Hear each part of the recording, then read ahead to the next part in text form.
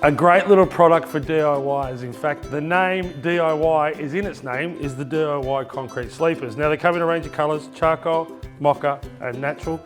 And there's a heap of jobs you can do around the house where these are perfectly suited.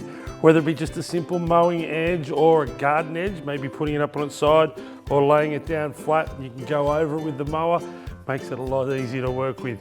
It's perfect as stepping stones. I like putting two of them together and offsetting them through pebbles or a low growing plant like Mondo grass. But you can even use them for retaining walls. Now you can go up to 750 mil high if you use steel I-beams and they sit inside it and they just slide in. But even a couple of courses using these as the post and having them sit behind it looks and works really well. They're about just under 20 kilos, so they're a one-man lift. They're easy to work with, but most importantly, they're good looking.